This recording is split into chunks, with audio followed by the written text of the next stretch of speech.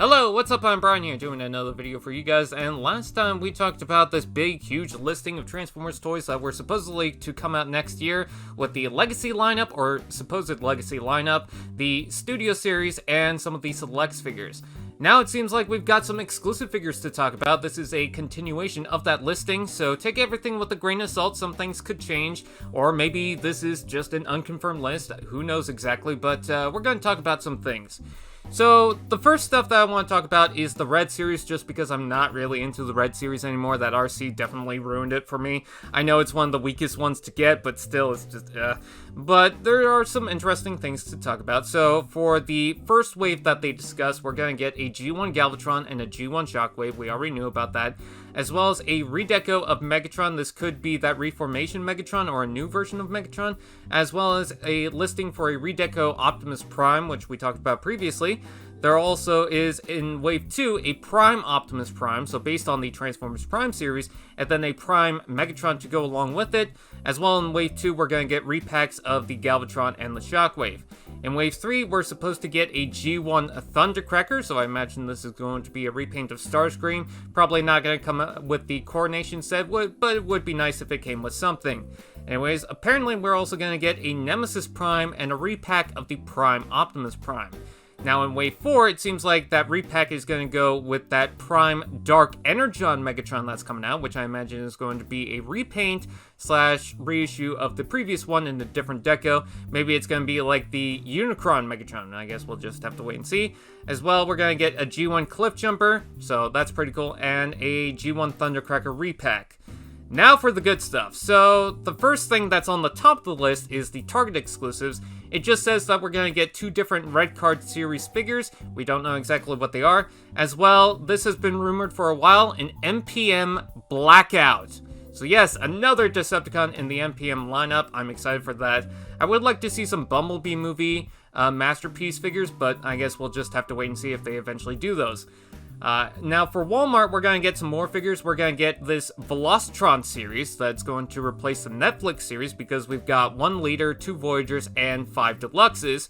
And yeah, this really sounds interesting. So we're going to get a Velocitron Burnout. We're going to get a Velocitron Road Rocket. We're going to get a Blur, which makes a lot of sense. I imagine it's probably going to have maybe the Armada or Cybertron paint scheme, but it's going to be based around that Studio Series 86 mold. We're going to get a Velocitron Clampdown, which makes me think that we're going to get the same thing that we did for Deep Cover, where the Netflix version was a different paint deco to the original Deep Cover, and then the Selects figure is the appropriate paint scheme. And then we're apparently going to get a Velocitron Cosmos, which I'm really curious about. So Velocitron, for those who don't know, is like a speed planet. If you watch Transformers Cybertron, you know exactly what that's about. And it makes a lot of sense that with the Voyager class, we're going to get an Override. So that's awesome. I'm really hoping that's true because I really like Override in the series, so that's going to be awesome. And then apparently we're going to get a Road Hauler, so people waiting for that. There you go. And then for a Leader Class figure, there is a supposed Leader Class Optimus Prime that I think was going to be based around that G2 Laser Optimus Prime. So it would make sense that we are going to get a black repaint. This is going to be Black Convoy, which I imagine is a reference to Scourge. Maybe they don't want to call it Scourge because we're going to have multiple Scourges in the line that just becomes confusing, even though we have 2 Scorponoks in Generations. But anyways, that's it for those Walmart exclusives.